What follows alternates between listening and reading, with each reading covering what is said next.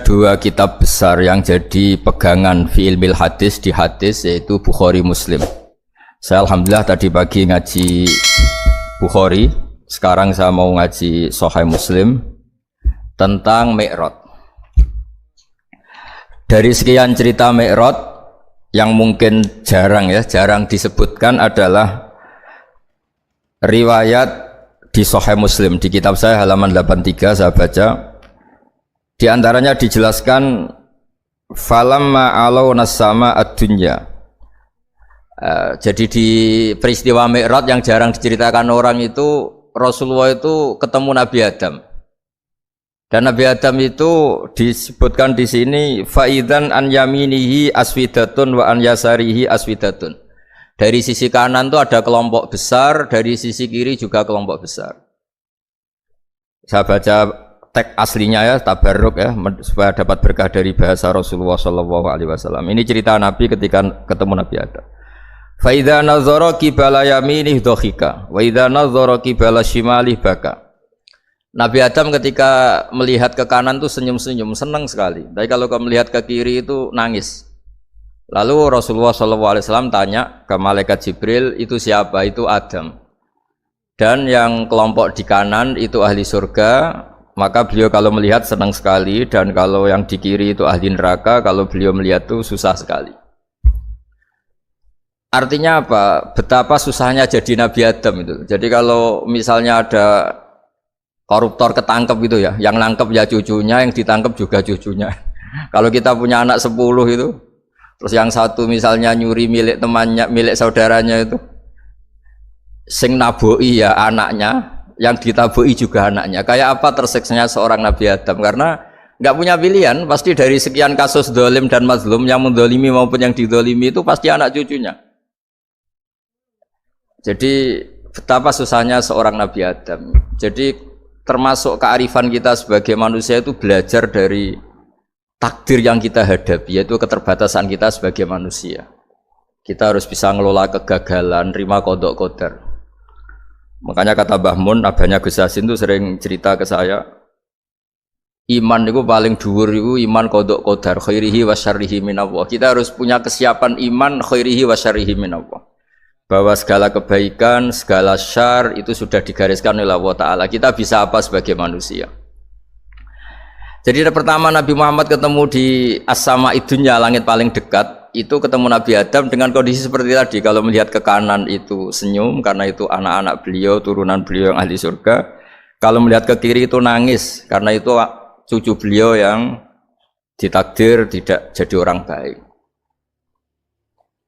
Artinya kalau ada peristiwa sosial apa saja, yang satu zalim, yang satu mazlum, atau yang satu benar, yang satu salah, atau sama-sama benar tapi salah faham, itu semua adalah cucu Nabi Adam alaihis salam, dan itu membuat beliau kadang-kadang dohika, kadang-kadang senyum, kadang-kadang baka, kadang-kadang nangis. Jadi itu yang menjadikan tambahnya arifnya Rasulullah SAW. Saya teruskan. Qultu ya Jibril man hadha qal hadha Adam wa hadhil aswida an yamini wa an shimalih nasamu bani fa ahlul yamin ahlul jannah wal aswida allati an shimali ahlun nar fa idza nazara qibala yamini dhahika wa idza nazara qibala shimalihi baka. Itu seperti misalnya kita punya anak 5, yang satu sukses jadi profesor doktor atau jadi orang alim, yang satu sekolah saja agak naik, misalnya sudah agak naik, ngentekno dunya itu nghabiskan harta itu kan. Tapi barokahnya itu mungkin kita mau jadi sombong tidak jadi gitu, karena punya anak yang nggak sukses. Mungkin barokahnya punya anak nggak sukses itu meredam keangkuhan kita, terus kita menjadi orang yang sopan dengan tetangga, dengan orang lain karena dipaksa punya hal-hal yang seperti itu. Jadi semua yang ditakdir Allah kalau kita ridho itu pasti baik. Karena ya kata yang ngarang kitab hikam itu, orang tawadhu itu kalau dinasihati pakai teks saja tidak cukup. Kalau punya utang tuh tawaduk sendiri gitu. Guyonannya orang-orang kiai gitu. Ada orang sombong, supaya ada sombong kalau dia ketemu orang yang ngutangin tuh pasti sopan sendiri. Jadi kalau dinasehati suruh sopan susah, tapi kalau ketemu orang yang ngutangin atau ketemu orang yang dia butuh pasti dengan sendirinya sopan sendiri. Atau ketemu orang yang menjadikan anaknya dapat pekerjaan, menjadikan keluarganya dapat job pekerjaan, pasti dia sopan sendiri karena utang jasa. Nah kalau kita pasti sopan sama orang yang ngutangi kita, yang menolong kita, apalagi dengan Allah Ta'ala yang semua yang kita pakai pasti dari Allah Ta'ala. Dengan demikian sudah keharusan kita sangat-sangat sopan pada Allah Ta'ala. Yang implementasinya dengan sujud dan dengan sholat. Itu juga yang dibawa dari hasil Mi'raj. Ini saya baca tagnya ya, saya tadi jam 9 baca Bukhari di Kudus sama beberapa habaib, Alhamdulillah. Sekarang saya teruskan dengan Sahih Muslim. Termasuk kitab 6 yang paling dipakai ahli sunnah itu Al-Kutubus Sittah, yang paling pokok itu adalah Bukhari Muslim. Terus kemudian naik-naik terus ketemu Marartu bi Musa alaihi salam. Ini nabinya Bani Israel. Saya kemudian ketemu dengan Nabi Musa alaihi salam. Nabi Musa itu nabinya Bani Israel. Jadi orang Bani Israel itu bawaannya itu protes. Protes itu komplain. Ketika makomnya beliau dilewati Rasulullah SAW, kelas beliau sebagai nabi, beliau nangis. Ketika nangis ditanya, "Ma yubkika, kenapa engkau nangis ya Musa?" Terus ini saya baca supaya seperti tagnya. Kata Nabi Musa, "Rabbi hadza ghulamun ba'astahu ba'di, yadkhulu min ummatihi al-jannata aktsaru mimma yadkhulu min ummati." Ini lelaki atau nabi junior, nabi yang datangnya setelah saya, mestinya senior saya. Tapi nabi ini sukses, umatnya lebih banyak masuk surga ketimbang saya. Ini yang bikin saya nangis. Jadi pikirannya Nabi Musa kalau beliau senior, beliau lebih dulu ya umatnya lebih banyak masuk surga. Ternyata enggak, masih banyak umatnya Rasulullah SAW. Dan ini gaya beliau yang suka protes itu berkah karena protesnya orang soleh. Saya ulang lagi, apa-apa kalau dilakukan orang soleh itu pasti barokah. Ketika Rasulullah dapat perintah 50 sholat, itu Nabi Ibrahim pertama yang dilewati karena di langit paling atas dibanding nabi-nabi yang lain. Itu Nabi Ibrahim diam karena beliau tidak punya tradisi protes. Semua nabi diam karena Allah memerintahkan pasti sudah bagus lah, sudah diukur kekuatan hambanya. Tapi ketika Nabi Musa, beliau orang pertama komplain. Dapat apa kamu ya Muhammad? Dapat 100 sholat, dapat 50 sholat. Apa komentar Nabi Musa? Umat saya lebih gagah-gagah, lebih keren-keren. Pernah saya uji itu tidak ada yang mampu, apalagi umat kamu. Maka kamu mintalah keringanan. Fas'alhu takhfif, kamu harus minta keringanan. Masyhur itu riwayat itu. Kemudian Nabi minta keringanan sama Allah dipotong hanya 5. 5 masih 45, dipotong lagi 5 masih 40 sampai 9 kali pemotongan. Akhirnya jadi 5 sholat. Itu satu menjadi pelajaran bahwa hubungan dengan Allah Ta'ala itu tidak perlu malu. Karena Allah itu suka kalau dimintain. Mestinya kan dipotong 5, minta lagi sungkan. Dipotong lagi 5, minta lagi sungkan. Tapi ternyata berkali-kali. Bahkan ketika sudah 5 itu Nabi Musa masih bilang, "Ya Muhammad minta lagi keringanan." Jadi kalau itu dikabulkan itu jadi tidak ada sholat itu. Kalau 5 masih minta. Nah, sampai Rasulullah itu tanya ke Jibril, "Ya Jibril, bagaimana dengan gaya komplainnya Nabi Musa?" Hiddah itu sering komplain. Jawabnya malaikat Jibril, "Ya roh hiddata." Allah tahu betul tentang komplainnya Musa dan Allah senang. Ya karena bawaan beliau begitu. Ini penting saya utarakan bahwa dalam Islam itu orang yang lemah lembut, yang samahah, Awwahun halim kayak Nabi Ibrahim itu juga Allah suka. Yang suka komplain tapi demi hak bukan demi konflik. Saya ulang lagi, demi hak bukan demi konflik juga Allah suka. Itu kita menjadi dapat sholat yang hanya 5 itu barokahnya komplainnya Nabi Musa. Karena kita yang lemah ini diukur dengan umat beliau yang kuat, ternyata umat beliau tidak kuat. Barokahnya tidak kuat itu dipakai tolak ukur, apalagi umatmu ya Muhammad. Kemudian itu yang menjadikan Nabi sebagai orang yang sangat tawaduk karena yang merintahkan itu senior. Meskipun kita tahu Nabi Muhammad itu Sayyidul Awwalin wal Akhirin, tapi secara lahir, secara jusmani beliau lahir paling belakang, dan secara lahir juga beliau Nabi paling terakhir. Jadi secara hukum adab beliau harus sopan. Tentu sopan itu jadi panutan kita. Meskipun kita tahu hakikat beliau adalah Sayyidul Awwalin wal Akhirin secara hakikat. Nanti kita bicara lebih jauh tentang jusmani dan ruhani. Nah akhirnya keturutan sampai 5 sholat yang kita lakukan sekarang itu barokahnya komplainnya Nabi Musa. Banyak di cerita-cerita kitab hadis Ketika Nabi Musa ngaji sama Nabi Khidir, itu komplainnya Nabi Musa menjadi fikih yang luar biasa, kata kitab Ibnu Hajar al-Asqalani Fathul Bari.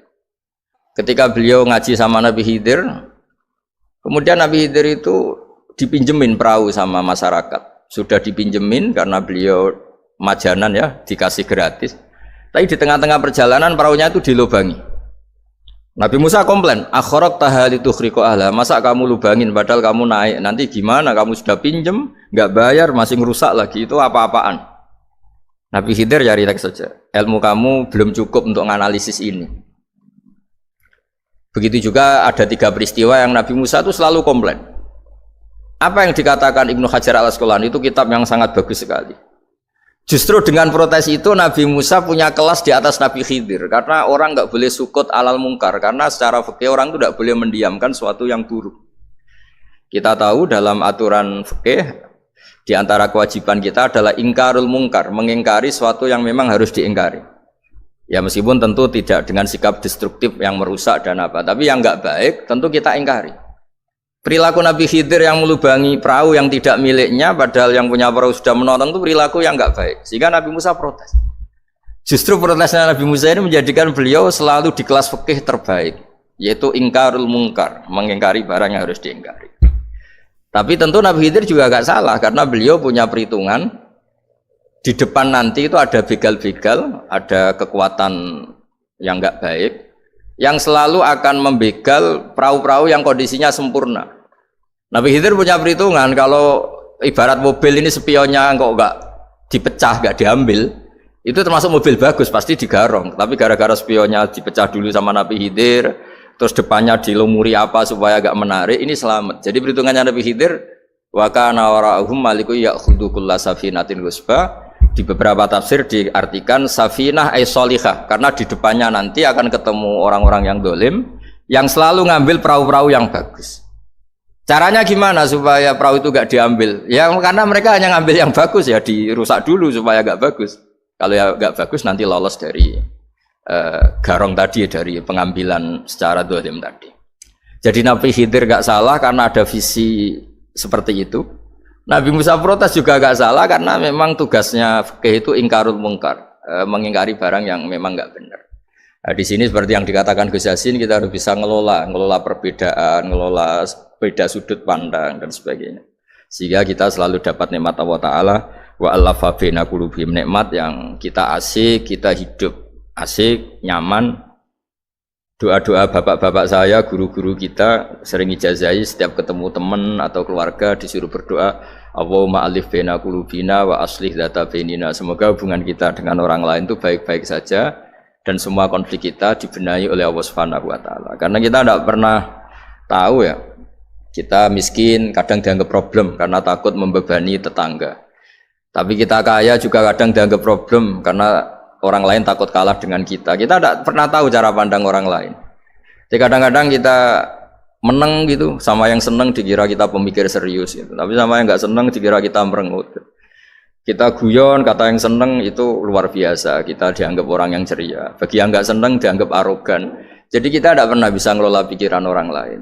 Nah, barokahnya rahmat Allah yang tidak terbatas, kita seperti ini. Dan itu digambarkan oleh Allah Ta'ala ketika ketemu antar Nabi itu. Cara pandang ya beda-beda. Nabi Ibrahim itu kalau melihat orang yang nggak benar, itu ya ngendikannya, faman tabi'ani fa innahu minni wa man asani fa innaka ghafurur rahim. Ya Allah, yang ikut saya ya karuan kelompok saya, yang tidak ikut saya semoga engkau banyak mengampuni mereka. Nabi Nuh beda sekali cara pandang. Nabi Isa ubudiyah murni. Ketika melihat orang yang nggak benar, beliau tidak ngambil sikap. Beliau ngendikan intu adzibhum fa innahum ibadu. Kalau engkau siksa nggih monggo Gusti, wong itu hamba-hamba jenengan, itu terserah jenengan. Wa in taghfir lahum, kalau engkau ampuni nggih monggo, jenengan yang punya pertimbangan lebih bijak. Dan itu yang dalam banyak hadis ketika Rasulullah SAW melihat umatnya di akhir zaman yang macam-macam, Nabi ngambil sikap kayak sikapnya Nabi Isa. Sebagian riwayat Nabi mengatakan fa'aqulu kama qalal abdus soleh. Saya akan ngambil sikap kayak sikapnya al-abdus soleh. Di hadis itu diredaksikan yaitu dengan redaksi intu adzibhum fa innahum ibaduk wa in taghfir lahum fa innaka antal azizul hakim. Ya saya teruskan. Kemudian Akhirnya Rasulullah Shallallahu Alaihi Wasallam sampai ke Sidratil Muntaha. Wa ra'aitu Ibrahim alaihi salam wa ana asbahu waladih bih. Ketika ketemu Nabi Ibrahim, hubungan Rasulullah itu sangat emosional. Beliau yang pertama diceritakan, saya ketika ketemu Nabi Ibrahim itu senang sekali karena ternyata saya ini cucu beliau, turunan beliau yang paling mirip beliau. Jadi ini unik, dari sekian peristiwa besar, peristiwa langit, kemudian Nabi ada hubungan emosional yang luar biasa ketika ketemu Nabi Ibrahim. Pertama yang dikatakan Nabi, wa ana asbahu waladi bi. Saya adalah cucu yang paling mirip beliau. Dan ini kita tahu akhirnya di semua syariat kita istilah resminya itu anit tabi millata Ibrahim hanifah. Di istilah resmi agama kita millata abikum Ibrahim, agama leluhur kamu Ibrahim. Kita ketika baca sholawat Allahumma sholli ala sayyidina Muhammad, terusannya juga kama shollaita ala sayyidina Ibrahim wa ala ali Ibrahim. Dan seterusnya dan seterusnya. Kemudian yang terakhir saya cerita secara akidah Ahlussunnah wal Jamaah yang dianut oleh Imam Asy'ari dan Maturidi. Meskipun secara lahir itu Nabi mengalami pertemuan dengan Allah di Sidratil Muntaha, tapi tetap saja kita cara pandang bahwa Allah Ta'ala itu mukhalafatul hawadis. Allah tidak bisa kamu andekan di satu tempat terus ngalami hal-hal yang kita alami sebagai makhluk. Sebab itu sirinya kenapa di surat Isra dimulai dari subhanalladzi. Allah tetap maha suci. Maha suci itu artinya terbebas dari yang kita alami.